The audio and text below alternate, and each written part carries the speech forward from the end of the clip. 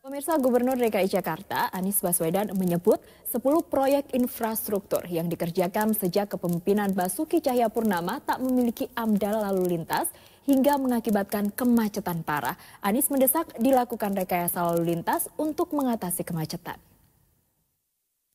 Akibatnya, Gubernur DKI Jakarta sangat gerah dengan kemacetan parah yang melanda hampir semua ruas jalan di Jakarta akibat pembangunan proyek jalan yang dilakukan bersamaan. Anies menyebut ada 10 proyek infrastruktur yang sedang berjalan tidak memiliki analisis dampak lingkungan atau AMDAL terhadap lalu lintas. Akibatnya, proyek-proyek yang dikerjakan di era kepemimpinan Basuki Cahayapurnama dan Jarod Saiful Hidayat itu menimbulkan kemacetan luar biasa. Anies mengaku telah memanggil semua penyelenggara konstruksi dari 10 proyek infrastruktur untuk menuntaskan AMDAL terkait lalu lintas dan hasilnya dilaporkan ke Dishub untuk mengatasi kemacetan lalu lintas. Kita memiliki komitmen bahwa semua proyek infrastruktur ke depan harus dilakukan AMDAL-lalin sebelum pekerjaan bisa dimulai. Dan sebetulnya harusnya begitu. Bahkan sebelum IMB, Pak ya? Iya, Pak. Kalau menurut aturan, AMDAL-lalin dulu, dari AMDAL-lalin baru keluar IMB, baru kemudian bisa berjalan. Nah, AMDAL-lalinnya tidak ada, lalu kemudian, atau IMB-nya keluar ya? Nggak mungkin. IMB-nya nggak mungkin keluar, proyeknya sudah jalan. Tata kelola ini yang tidak bisa dibiarkan terus-menerus. Karena itu, tadi salah satu keputusan dalam rapat ini adalah semua dipanggil, semua dimintai melakukan AMDAL-lalin, dan yang akan datang semua proyek baru harus mengikuti prosedur ini. Sementara itu, pengendara yang terkena dampak proyek jalan mengeluhkan kemacetan lalu lintas. Seperti proyek underpass Mampang, Jakarta Selatan yang menyebabkan kepadatan lalu lintas dari Jalan Mampang Perapatan dan Tendean menuju Kuningan hingga sepanjang 4 km. Jarak 1 km harus dilalui selama 1 jam.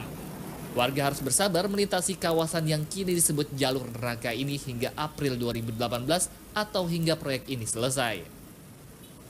Pak, ya dampaknya ya gimana ya, macet, ya bikin sarang jalan apa. Kalau warga Bapak sendiri gimana sih Pak menanggapi proyek ini? Apakah untuk disegera diselesaikan atau gimana Pak? Harusnya memang harus diselesaikan karena kan untuk adalah biar enak aja. Macet parah. Iya. Harapan dari pengendara gimana sih Pak dengan semoga biar cepat kelar aja proyeknya Pak.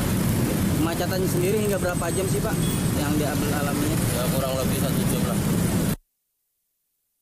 10 proyek infrastruktur yang tengah berjalan dan dicurigai tak memiliki AMDAL adalah Jalan Lajang Cipinang Lontar, Bintaro, Pancoran, Underpass Matraman, Mampang, Kartini Lebak Bulus, Simpang Susun Tol Antasari, LRT Cawang Duku Atas, LRT Rawamangun Kelapa Gading, serta MRT Lebak Bulus Hotel Indonesia.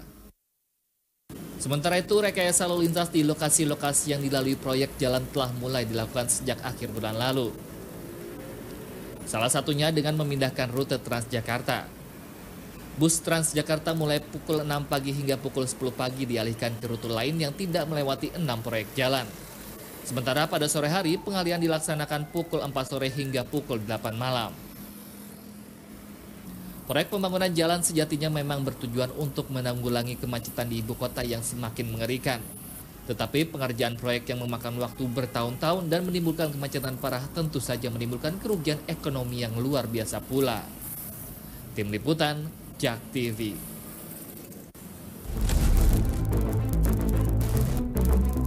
Semua dimintai melakukan AMDAL-lalin, dan yang akan datang semua proyek baru harus mengikuti prosedur ini.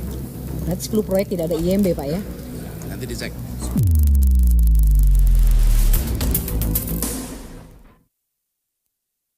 Ya, pemirsa, 6 proyek yang sedang dikerjakan oleh pemerintah Provinsi DKI Jakarta dan 4 proyek yang sedang dikerjakan oleh pemerintah pusat ternyata belum memiliki analisis dampak lingkungan lalu lintas. Dan mengapa ini bisa terjadi dan apa dampaknya? Malam hari ini saya akan berbincang dengan pengamat tata kota Pak Yayat Supriyatna. Selamat malam. Selamat malam. Pak Yayat, kita langsung saja. Seberapa penting sebenarnya AMDAL lalu lintas untuk pembangunan? AMDAL itu penting, tapi kita sering menganggapnya tidak penting, hanya menjadi dokumen dokumen administratif untuk pengurusan perizinan. Kenapa? Karena orang takut untuk menjalankan apa yang direkomendasikan oleh AMDAL. Contohnya satu, ada rekomendasi terkait dengan AMDAL lalu lintas misalnya. Kemacetan, misalnya harus membuat rekayasa lalu lintas, menambah aparat, membuat rambu, membuat alternatif jalan ini. Kalau membuat rute alternatif berarti Permerakarsa harus kerjasama dengan pihak kepolisian. Baik. Pihak kepolisian merasa tidak dilibatkan di awal, jadi begitu macet pasti komplain. Jadi pertanyaannya ketika ada rekomendasi-rekomendasi itu namanya external cost yang harus ditanggung dalam biaya investasi. Kalau ditambah dalam biaya investasi ini membengkak. Jadi rata-rata biasanya ya ada AMDAL yang serius, AMDAL abal-abal, AMDAL ya sekedar AMDAL. Tapi implikasi dari itu suka tidak dilakukan.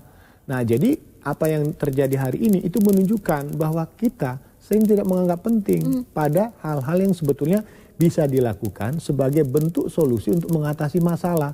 Yang terjadi sekarang coba kan, semua orang nikmatilah masalahnya. Baik, nikmati macetnya begitu. Iya, tidak ada seperti upaya-upaya misalnya pihak kepolisian. Pihak kepolisian kan harus membuat rekayasa sendiri. Tapi kalau AMDAL itu memberikan rekomendasi terkait apa yang harus dilakukan untuk mengatasi pada semua simpul yang dianggap membuat kemacetan, itu harus dilakukan. Yang kedua misalnya, mana yang harus didahulukan? Misalnya contoh, yang ada di flyover, yang ada di Pancoran. Itu ada LRT, ada flyover yang dibuat Bina Marga.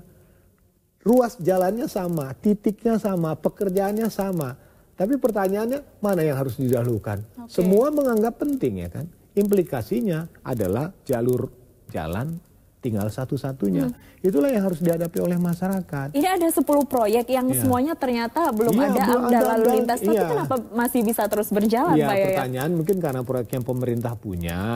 Sesama pemerintah ya jangan jeruk makan jeruk ya kan. Atas nama pembangunan. Menurut saya persoalannya kalau jebakannya pada jebakan administratif sekedar ada tanpa ada tindakan solusi untuk mengatasi di lapangan sama saja. Jadi harus ada tindakan konkret. Jadi dari apa yang disampaikan oleh Pak Gubernur segera susun. Nah sekarang kan dikejar nih, dikebut nih. Pertanyaannya apakah setiap konsultan yang diberi amanat itu mampu tidak bekerja sama? Contohnya misalnya konsultan LRT, konsultan MRT, konsultan flyover dan underpass, itu titiknya kan sama kan. Bagaimana mereka bisa koordinasi? Apakah AMDAL-nya dikelola secara bersama-sama atau AMDAL-nya diserahkan kepada masing-masing pengelola proyek? Baik, nanti kita akan bahas lebih dalam lagi Pak Yayat. Pemirsa kita akan kembali usai pesan-pesan berikut ini. Tetaplah bersama kami di Ada Berita Petang, segera kembali.